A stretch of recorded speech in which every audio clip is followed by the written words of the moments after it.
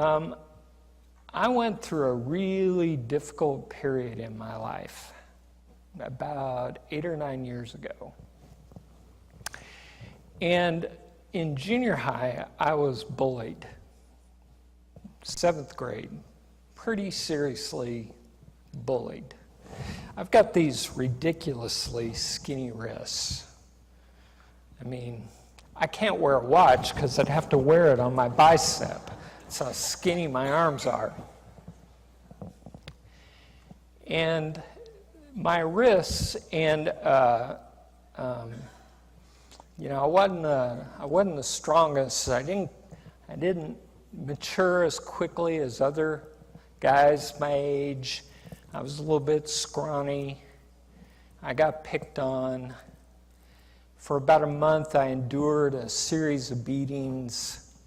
Was afraid to tell my parents or any of my teachers. It was pretty horrible. And my wrists kind of became for me a symbol of that time. And I learned to tell stories about myself that were stories of weakness. In the ways I responded to the challenges that confronted me, to me, were stories of my weakness. But I got a really good therapist about 6 or 7 years ago, and I'm recounting again my narrative of weakness before him, and he said, Mark, he said to me, this is a story of someone incredibly brave and strong. You used your own resources to handle this. You didn't go to your parents. You didn't go to your teachers. And while the ways that you coped, you might wish you had chosen other ways, the fact is you did, and you thrived, and you survived, and you became strong. And I've probably got 5 college degrees as a bit of a compensation for this period in my life, but dadgummit, I have 5 college degrees.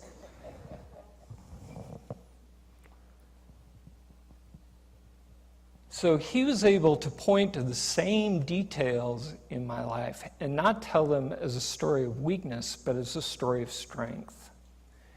And he authorized a new narrative for me.